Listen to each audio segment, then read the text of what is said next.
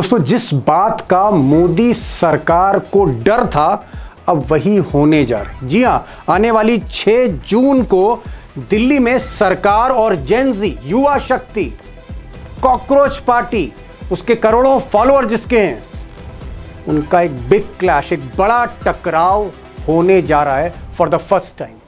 अब बेरोजगारी के मुद्दे पर और पेपर लीक कांड को लेकर देश भर से युवाओं को आह्वान किया गया है कि वो धर्मेंद्र प्रधान, शिक्षा मंत्री धर्मेंद्र प्रधान के इस्तीफे के लिए दिल्ली के जंतर मंतर में इकट्ठा हों। और पहली बार कॉकरोच पार्टी के जो संस्थापक हैं अभिजीत दीपके, जो यूएस में बोस्टन से ऑपरेट करते हैं, इन्होंने आज एक वीडियो मैसेज में कहा कि मैं भारत आ रहा हूं, मुझे और इस देश के युवाओं को अब धर्मेंद्र प्रधान का इस्तीफा चाहिए। सुनिए दीपके को। हम सबको साथ आना होगा और भारत के संविधान के रास्ते पर चलते हुए पीसफुली अपनी आवाज़ उठाकर धर्मेंद्र प्रधान के रेजिग्नेशन की डिमांड करनी होगी। अगर हम सब साथ मिलकर आवाज़ उठाएंगे तो ज़रूर इनको हमारी बात माननी होगी। मैंने डिसाइड किया है मैं 6 जून सैटरडे सुबह दिल्ली आऊँगा। आप सब मुझे एयरपोर्ट पर मिलिए। हम सब मिलकर पार्लियामेंट स्ट्रीट पुलिस स्टेशन जाएंगे और वहाँ पर जंतर मंतर पर एक पीसफुल प्रोटेस्ट करने के लिए परमिशन मांगेंगे। अब अभिजीत दीपके को जेनजी यानी जो युवा पीढ़ी है हमारी, 17 साल से लेकर जो 29-30 साल के बच्चे हैं, युवा हैं, उसका एक फेस माना जा रहा है, क्योंकि जो इनका इंस्टाग्राम है उस पर 2 करोड़ से ज़्यादा जो फॉलोअर हैं, अधिकांश उसमें 17-18 से लेकर 29-30 बरस के ही बच्चे हैं। उधर अभिजीत की जो मम्मी हैं, उनका कहना है कि उनका बेटा जैसे ही स्वदेश लौटेगा एयरपोर्ट पर पुलिस गिरफ्तार कर सकती है, जेल भेज सकती है, फर्जी मुकदमे लाद सकती है। और कुछ दिन पहले अखबारों ने कहा था कि धमकियों के चलते अभिजीत की मम्मी ने, पापा ने औरंगाबाद में अपना घर छोड़ दिया है। अब दोस्तों, 6 जून को अभिजीत दीपके जब दिल्ली एयरपोर्ट पर लैंड करेंगे तो क्या अमित शाह की जो दिल्ली पुलिस है वो अभिजीत को गिरफ्तार कर लेगी, तिहाड़ जेल भेज देगी, जैसी कि उनकी मदर आशंका जाहिर कर रही हैं, या फिर दिल्ली पुलिस अनुमति देगी कि आप प्रोटेस्ट करिए, ये आपका डेमोक्रेटिक राइट है, या फिर ऐसा होगा? अब ये बड़ा सवाल है, इस पर मैं बाद में आऊँगा। लेकिन एक बड़ी बात दोस्तों, एक बड़ी बात जो अभिजीत ने आज कही है, मैं उसको मास्टर स्ट्रोक ही कहूँगा, वो ये है कि अभिजीत ने आज अपने वीडियो स्टेटमेंट में कहा है आखिर में कि जो कॉकरोच जनता पार्टी है, जो यूथ का मूवमेंट है, इसके 3 बड़े इंस्पिरेशंस हैं, 3 बड़े प्रेरणा स्रोत हैं। महात्मा गांधी हैं, अंबेडकर हैं, और एक और नाम जोड़ा गया, पंडित जवाहरलाल नेहरू हैं, और भगत सिंह और चंद्रशेखर आज़ाद तो हैं ही। सुनिए एक बार, ये भी सुन लीजिए। I want to make it clear, I am a big admirer of Gandhi, Ambedkar, Bhagat Singh and Nehru. अब देखा जाए तो अभिजीत दीपके ने आज विपक्षी दलों को एक पैसेज दिया है, आप कह सकते हैं एक रास्ता खोला है आमंत्रण करने के लिए कि आप भी आइए। भाई नेहरू जी भी हमारे साथ हैं, अंबेडकर जी भी हैं, महात्मा गांधी भी हैं, यानी टोटली ये बीजेपी के अगेंस्ट प्रोटेस्ट है। और ऐसा मुझे लगता है कि राहुल गांधी जिस तरह से सक्रिय होते चले जा रहे हैं पेपर लीक में, जिस तरह से धर्मेंद्र प्रधान से बार बार उनकी नोक झोंक हो रही है, और जिस तरह से राहुल गांधी इन दिनों जो युवा हैं, जो बच्चे पढ़ रहे हैं, जो छात्र हैं, उनसे हर तरह के सवाल कर रहे हैं कि भाई पेपर लीक कैसे हो जाता है, कैसे मिलता है, उससे क्या आपको नुकसान है। जो राहुल गांधी की सक्रियता है वो भी बहुत कुछ जाहिर कर रही है कि आप कह सकते हैं कि समूचे विपक्ष की जो लाइन है, कहीं ना कहीं वही लाइन कॉकरोच पार्टी की भी लग रही। सुनिए ज़रा, राहुल गांधी को सुन लीजिए, किस तरह से बच्चों के साथ, छात्रों के साथ इंटरैक्ट कर रहे हैं। ईजिली वेरी चीप कॉस्ट पे सर, 20,000, सिर्फ 20,000 में वो पेपर बच्चों को बेचा गया। उसके बाद वहाँ से बहुत ज़्यादा, और ये कैसे व्हाट्सएप ग्रुप से, हाँ ऑनलाइन, और सर जैसे रीनीट का पेपर भी लीक हो रहा है वो। अब कई और पार्टियां जैसे ममता बनर्जी की तृणमूल पार्टी, वो तो खुलेआम कॉकरोच पार्टी को सपोर्ट कर ही रही है। उधर अगर आप महाराष्ट्र में देखें तो उद्धव ठाकरे की पार्टी है, वो भी प्रखर मुखर हैं, संजय राउत जो उनके नेता हैं। लेकिन आज एक और बड़ी लकीर खींचने की कोशिश की है अरविंद केजरीवाल ने।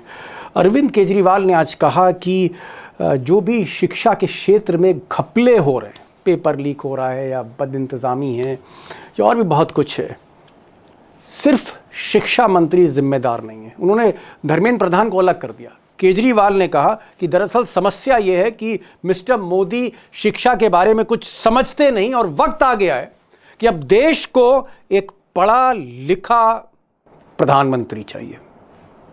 हमला सीधे सीधे जो है वो मिस्टर मोदी पे ही है। सुनिए भाई, केजरीवाल को भी सुन लीजिए। एक के बाद एक पेपर गड़बड़ हो रहे हैं और प्रधानमंत्री जी चुप हैं, उन्हें कोई चिंता ही नहीं है। एक्चुअली इस सरकार को शिक्षा के महत्व का पता ही नहीं है। Do you also agree that now the country desperately needs an educated prime minister?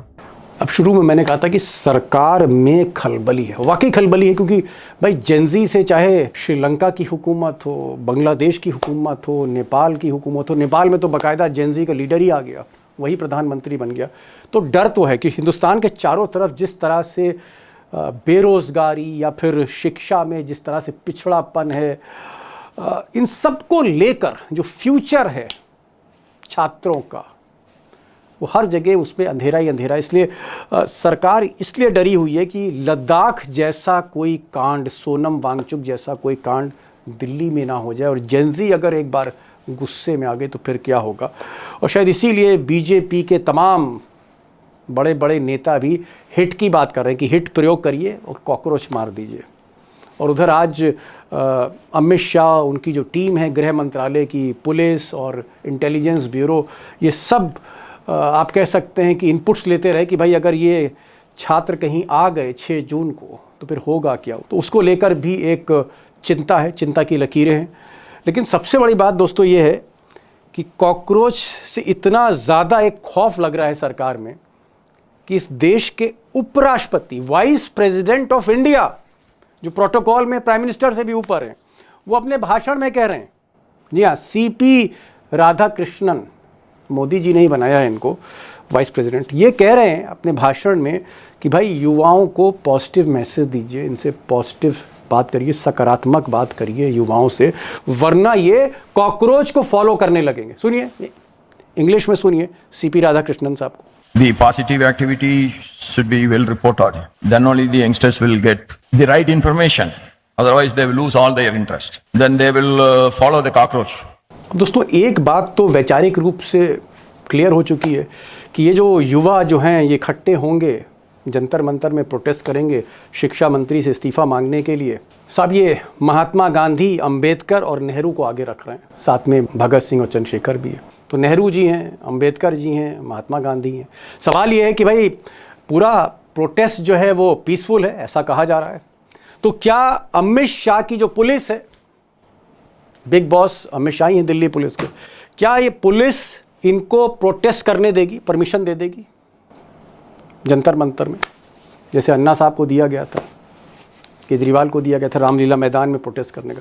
या फिर खेल कुछ और होगा, गिरफ्तारियां शुरू हो जाएंगी एयरपोर्ट पे, जैसे अभिजीत पहुंचेंगे उनको गिरफ्तार कर लिया जाएगा कि भाई शांति भंग करने आ रहे हैं आप, गिरफ्तार करके जेल भेज दिया जाएगा। वैसे जेल जो है अन्ना साहब को भी भेजा गया था, अन्ना हज़ारे भी जेल गए थे, और वहीं जब जेल में गए तो सबसे बड़ी गलती हो चिदम्बरम कर गए थे, वहीं से मूवमेंट उठा था। अब देखना है अमित शाह क्या डिसाइड करते हैं, मोदी क्या कहते हैं, लेकिन इसका इम्पैक्ट क्या होने जा रहा है। अभी तक सोशल मीडिया का जो आंदोलन है वर्चुअल था, वर्चुअल से रियलिटी की तरफ आ रहा है। क्या वहाँ भी इतना बड़ा होगा ये, जितना बड़ा हमको सोशल मीडिया पर लग रहा है? ये भी एक कसौटी है। 2 खास मेहमान हैं, एक जेनजी पत्रकार हैं, युवा पत्रकार हैं अभिषेक भाई, युवाओं को समझना है हमें, और हमारे साथ आज एक प्रोफेसर भी हैं, स्टूडेंट्स का मामला है, प्रोफेसर अखिल स्वामी हैं। अखिल स्वामी जी के बारे में एक बात मैं बता दूं, ये 74 साल की उम्र है और ये कहते हैं मैं भी जेनजी हूँ, मैं भी इस कॉकरोच जनता पार्टी का मेंबर हूँ। सुनिए साहब क्या तैयारियाँ हैं। प्रोफेसर साहब, भाई आप तो बाकायदा 74 साल की उम्र में आपने कॉकरोच जनता पार्टी, जेनजी पार्टी को ज्वाइन कर लिया है। मैं आपसे पूछने जा रहा हूँ पहला सवाल कि क्या आप भी 6 जून को जाएंगे, एयरपोर्ट जाएंगे या जंतर मंतर जाएंगे? क्या इस उम्र में आप में वही जोश है, और क्या आपको लग रहा है अगर आप जाएंगे तो आपकी तरह और हज़ारों लोग हैं जो वहाँ पहुँचेंगे जंतर मंतर में? नहीं दीपक जी, मेरी उम्र अभी बहुत ज़्यादा नहीं है, अभी मैं केवल 74 साल का हूँ। जब जयप्रकाश जी का आंदोलन हुआ था उन्होंने कहा था वो 76 के थे, उन्होंने कहा 76 के जो भी कम उम्र के लोग हैं सारे जवान हैं और सारे युवा हैं। तो मैं युवा हूं, अभी मैं अपने को वृद्ध नहीं समझता। और देखिए मैं वृद्ध तभी नहीं समझ सकता जब मेरे बच्चों के साथ, मेरी नेक्स्ट जनरेशन के साथ अन्याय हो रहा है। 1 करोड़ बच्चों के साथ उनके पेपर लीक हो रहे हैं, उनके भविष्य को अंधकारमय बनाया जा रहा है, और जब वो प्रोटेस्ट कर रहे हैं तो उनको एंटी नेशनल, पाकिस्तानी और पता नहीं क्या क्या बताया जा रहा है। तो देखिए दीपिका ने जो बात कही है वो उसने स्पष्ट कर दिया है कि अब वेट करने का समय नहीं रह गया है, अब तो हमें आना पड़ेगा और कन्फ्रंट करना पड़ेगा। कन्फ्रंट करने के लिए 6 तारीख को आ रहा है। उसको भी पता है कि या तो अरेस्ट कर लिया जाएगा, लेकिन वो कहता है मैं एयरपोर्ट पहुंचूंगा, वहां से मैं थाने जाऊंगा पार्लियामेंट स्ट्रीट की, वहां से मैं जंतर मंतर जाऊंगा। वो आह्वान कर रहा है कि जनता है, और मैं जाऊंगा, मैं एयरपोर्ट भी जाऊंगा, जंतर मंतर भी जाऊंगा। क्योंकि देखिए मेरे को अपनी उम्र की और अपने किसी चीज की चिंता नहीं है, मुझे अपनी देश की चिंता है और अपने बच्चों की चिंता है, युवाओं की चिंता है। तो इस समय और एक और इतना बड़ा अपमान हुआ है दीपक जी, पूरी गुरु शिष्य परंपरा, जिस देश के अंदर ये कहा जाता है कि गुरु गोविंद दो खड़े काके लगों पाए बलिहारी गुरु, मैं तो अध्यापक हूं, मूलतः मैं अध्यापक हूं, तो मेरी तो आत्मसम्मान को, मेरी भावना को इतनी ज्यादा ठेस पहुंची है। अब मुझे लगता है कि हमारे करोड़ों छात्र अगर वो गुरु शिष्य परंपरा में बिलीव करते हैं, मुझे लगता है कि वो बिलीव करते हैं, सबको एयरपोर्ट पहुंचना चाहिए, सबको जंतर मंतर जाना चाहिए। ये लड़ाई उनकी है, ये बच्चों की लड़ाई है, ये मेरी लड़ाई नहीं है, लेकिन उनकी लड़ाई मेरी लड़ाई है, इसलिए मैं जाऊंगा। समझ गए, ठीक है। स्वामी साहब कह रहे हैं कि वो एयरपोर्ट भी जाएंगे, वो जंतर मंतर भी जाएंगे, वो शामिल भी होंगे, और उन्होंने कहा है कि मैं तो अध्यापक हूँ, मैं प्रोफेसर हूँ, मेरे स्टूडेंट हैं। तो स्टूडेंट को तो जाना ही जाना है, प्रोफेसर को भी जाना है, क्योंकि अगर भविष्य स्टूडेंट्स का है तो प्रोफेसर उस जिम्मेदारी से बच नहीं सकते हैं। अगर बेरोजगारी का मसला इतना बड़ा है तो प्रोफेसर साहब भी कह रहे हैं कि हमारे जैसे और भी प्रोफेसर्स आएंगे इसमें।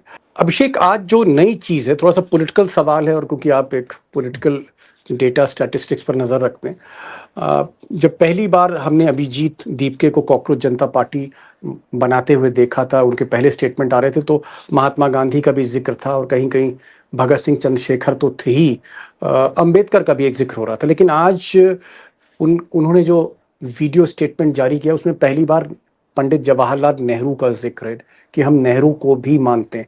तो क्या नेहरू, अंबेडकर, गांधी, आपको क्या लग रहा है कि ये मैसेज समूचे विपक्ष को है कि हम आपके साथ हैं अगेंस्ट द बीजेपी, ये एक मैसेज दे रहे हैं अभिजीत दीपके?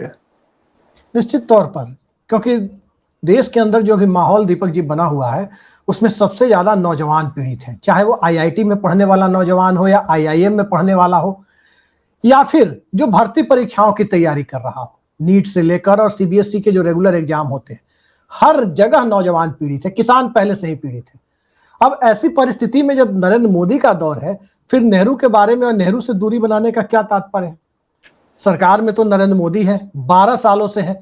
उत्तर भारत में कहावत चलती है कि 12 सालों में युग बदल जाता है। अब 12 सालों से सत्ता में होने के बावजूद समस्याएं घटने की बजाय बढ़ती जा रही है, नौजवानों के बीच की चिंता बढ़ती जा रही है, और अभिजीत दीपके के सोशल मीडिया प्रयोग को एक व्यापक समर्थन मिलता हुआ दिखाई दे रहा है। उस परिस्थिति में गांधी की बात करना, अंबेडकर की बात करना, सुभाष चंद्र बोस की बात करना या भगत सिंह की बात करना सही है, फिर नेहरू की बात करने में क्या बुराई है? जी। और रही बात कांग्रेस के साथ जुड़े हुए जो जेनजी है, उनका भी अपना स्टूडेंट विंग है, एनएसयूआई है, भाजपा का भी अपना एक स्टूडेंट विंग है, एबीवीपी है। ये सवाल नौजवानों का है, apart from their political affiliation. जी, ठीक है। सवाल नौजवानों का है, तो इसमें नेहरू से दूरी का तो कोई सवाल ही नहीं था, और नेहरू कोई मुद्दा भी नहीं था इसमें।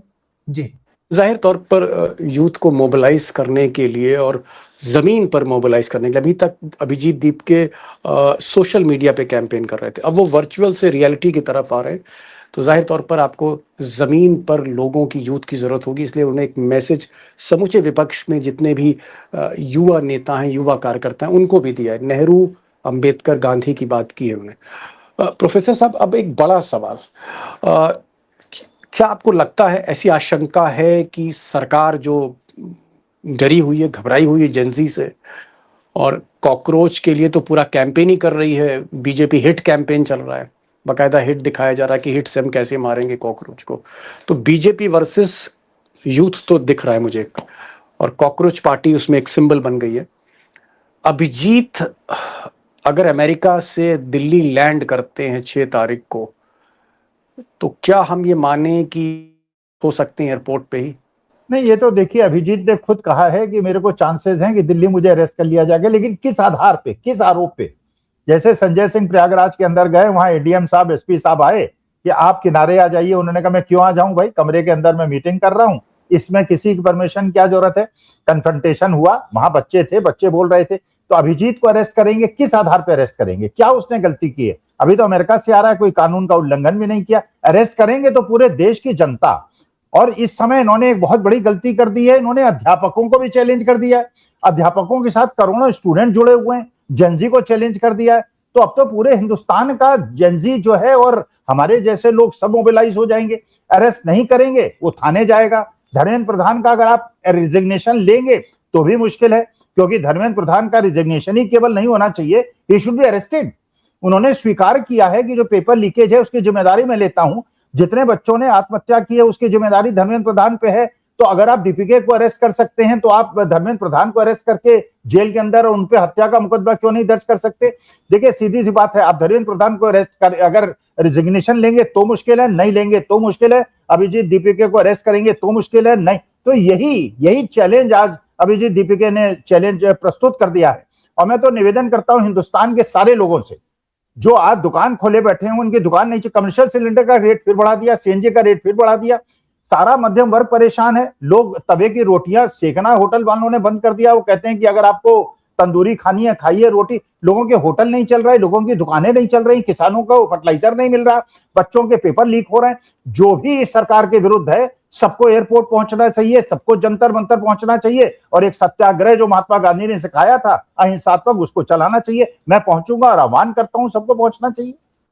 चलिए, आप तो खैर पहुंचने की बात कर रहे हैं, आह्वान भी कर रहे हैं, लेकिन क्या आपको लगता है कि 6 तारीख को वाकई युवा पहुंचेंगे, या अभी पूरी तरह से ये जो पार्टी बनी है सोशल मीडिया पे, ये पूरा तरह से इसका ढांचा संगठन का नहीं खड़ा हुआ है?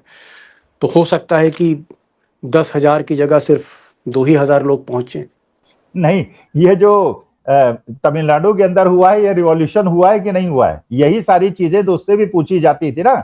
ऑर्गेनाइजेशन स्ट्रक्चर कहाँ है, आपके मेंबर्स कहाँ हैं? डीएमके एडीएमके बहुत पुरानी पार्टी है, काडर बेस्ड पार्टी है, आपका काडर कहाँ है? उखाड़ दिया ना उसने। 108 विजय की बात कर रहे हैं आप? विजय की बात कर रहा हूं मैं, तमिलनाडु के अंदर तो विजय फिनोमेना बन गया ना। देखिए, बच्चों के अंदर अगर चिंता न होती तो मुझे शक होता शायद 2000 आदमी ना पहुंचे। बच्चे चिंतित हैं, बच्चे के माँ बाप चिंतित हैं। अभी जो ये एग्जाम हुआ, टीसीएस जो ले रहा था, बच्चे माँ बाप बेचारे इलाहाबाद से, कोटा से, जालंधर से, पता नहीं कहां कहां से अपने बच्चों को लेके आए। 2-2 ढाई घंटे उनके सारी जो ट्रेन उन्होंने रिटर्न टिकट लिए थे, वो पानी की व्यवस्था नहीं, किसी चीज की व्यवस्था नहीं, बच्चों को घेर रहे हैं। तो देखिए, अब ये पता चल जाएगा कि बच्चे चिंतित हैं, बच्चों के माँ बाप चिंतित हैं, या हिंदू मुसलमान में, या इतने ज्यादा वो झूठे स्लोगन पे पड़ गए। ये डिसाइड हो जाएगा 6 तारीख को। लेकिन मुझे लगता है वहां इतनी क्राउड होगा, इतना भीड़ होगा, इतना आक्रोश होगा कि एक बहुत बड़ा चैलेंज होगा। और मैं तो कांग्रेस के, आम आदमी पार्टी के, कम्युनिस्टों से सबसे निवेदन करता हूं कि ज्वाइन कीजिए। इस समय में अपने देश की रक्षा करनी है, अपने बच्चों की रक्षा करनी है। चलिए, प्रोफेसर साहब कह रहे हैं कि भाई उन्हें उम्मीद है, पूरी तरह आश्वस्त हैं कि जो बच्चों के अंदर आक्रोश है, एक सिस्टम को लेकर जिस तरह से परेशानियां और बदहाली हो रही, महंगाई एक तरफ है, दूसरी तरफ बेरोजगारी है, और बीच में हम देख रहे हैं पेपर लीक हो रहा है, नौकरियों का जो रास्ता है बंद हो रहा है। इसलिए इनको लगता है कि इस आक्रोश की पृष्ठभूमि में लोग तो पहुंचेंगे, ये उनका मानना है। और अगर लोग पहुंचेंगे तो एक बहुत बड़ा चैलेंज है दिल्ली पुलिस के लिए, और दिल्ली पुलिस सीधे तौर पर अमित शाह के, आप कह सकते हैं, अंडर में आती है। अमित शाह ही उसके बिग बॉस है, तो बहुत बड़ा चैलेंज बीजेपी के लिए। अभिषेक, एक आखिरी सवाल आपसे पूछना चाहूँगा कि क्या आपको लग रहा है कि प्रोफेसर साहब भी बात कर रहे हैं धर्मेंद्र प्रधान शिक्षा मंत्री की, अभिजीत दीप के ये 6 तारीख से जो प्रोटेस्ट शुरू कर रहे हैं वो धर्मेंद्र प्रधान का इस्तीफा मांगने के लिए कर रहे हैं?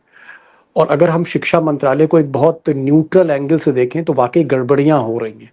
वहाँ के पूर्व अधिकारी भी मान रहे हैं, सब मान रहे हैं कि पेपर लीक में घपला है, सीबीएसई की परीक्षा और उसके जो है मार्कशीट्स में घपला है, या फिर जो बाकी एग्ज़ाम्स हो रहे हैं, चाहे वो एसएससी के जीडी एग्ज़ाम हो या सीयूईटी के एग्ज़ाम्स हों, उसमें बदइंतज़ामी है, एग्ज़ाम करा नहीं पा रहे। और आज तो छोड़िए, ये सब तो छोड़िए, आग तक लग गई आज। आज जो शिक्षा मंत्रालय उसी में आग लग गई। तो ये तो मेंटेनेंस का हाल है, यानी पूरे दिन खराब दिख रहे हैं धर्मेंद्र प्रधान, और धर्मेंद्र प्रधान की वजह से मोदी की कदम कदम पे किरकिरी हो रही है। क्या मिस्टर मोदी धर्मेंद्र प्रधान का इस्तीफा लेंगे? क्या वो ठीकरा फोड़ेंगे धर्मेंद्र प्रधान के, या फिर धर्मेंद्र प्रधान क्योंकि आरएसएस के हैं और नरेंद्र मोदी उनका इस्तीफा नहीं लेंगे? दीपक जी, जिस दिशा में पूरी की पूरी कवायद जाती हुई दिखाई दे रही है, उससे तो साफ लग रहा है, खास करके नरेंद्र मोदी के मिजाज पर यदि आप नजर डालें, तो जैसे जैसे आंदोलन आगे बढ़ेगा नरेंद्र मोदी रिजिड होते चले जाएंगे। वो इस्तीफा नहीं लेंगे, और इस्तीफा नहीं लेंगे तो इसमें यह भी ध्यान रखिए कि ये स्वतः स्फूर्त आंदोलन है, क्योंकि स्वतः स्फूर्त तरीके से 2 करोड़ से ज्यादा लोग इंस्टाग्राम पर जुड़ गए कॉकरोच जनता पार्टी के साथ। ये नौजवानों का आंदोलन है और स्वतः स्फूर्त आंदोलन है। इसमें एक बात तो मैं दावे के साथ कह सकता हूं कि जंतर मंतर पर ये नौजवान, जगह तो कम है, वहां जमा हो, रामलीला मैदान जमा हो या शाहीन बाग जमा हो, कहीं भी जमा हो, अभिजीत दीप के आ रहे हैं तो एयरपोर्ट से ही मजमा लगेगा, ये तय है। यहां से कोई सलवार सूट पहनकर भागने वाला आदमी आपको नहीं मिलेगा, वो फुटेज इस बार नहीं मिलेगी, क्योंकि ये नौजवानों का आंदोलन है। इसमें वैसे लोगों की एंट्री अभी तक नहीं हुई है। जी। एक बहुत बड़ा चैलेंज मोदी सरकार के लिए, अगर वाकई जो संख्या है 2.25 करोड़ से 2.5 करोड़ फॉलोअर्स की, और रातों रात की संख्या जो है आप कह सकते हैं कॉकरोच जनता पार्टी ने अपने समर्थन में जुटाई है, क्या ऐसा ही समर्थन 6 जून को जब अभिजीत दीप के दिल्ली एयरपोर्ट लैंड करते हैं वहाँ उनको मिलेगा कि नहीं मिलेगा? ये एक बहुत बड़ा एक सस्पेंस है। प्रोफेसर साहब को उम्मीद है कि उम्मीद से ज़्यादा लोग वहाँ पहुँचेंगे, क्योंकि जनता बहुत त्रस्त है। उधर बीजेपी के लोगों का कहना है कि इसका डटकर मुकाबला होगा। ये एक तरह से दिल्ली जो राजधानी है वहाँ की कानून व्यवस्था को भंग करने के लिए एक तरह से डिसरप्शन होगा लॉ एंड ऑर्डर का, इसलिए गिरफ्तारी हो भी सकती। लेकिन मुझे याद आ रहा है अन्ना आंदोलन जब मैं कवर कर रहा था, सबसे बड़ी गलती जो उस वक्त के गृह मंत्री चिदम्बरम साहब ने की थी वो ये कि अन्ना को उन्होंने गिरफ्तार किया और गिरफ्तार करने के बाद जेल भेजा।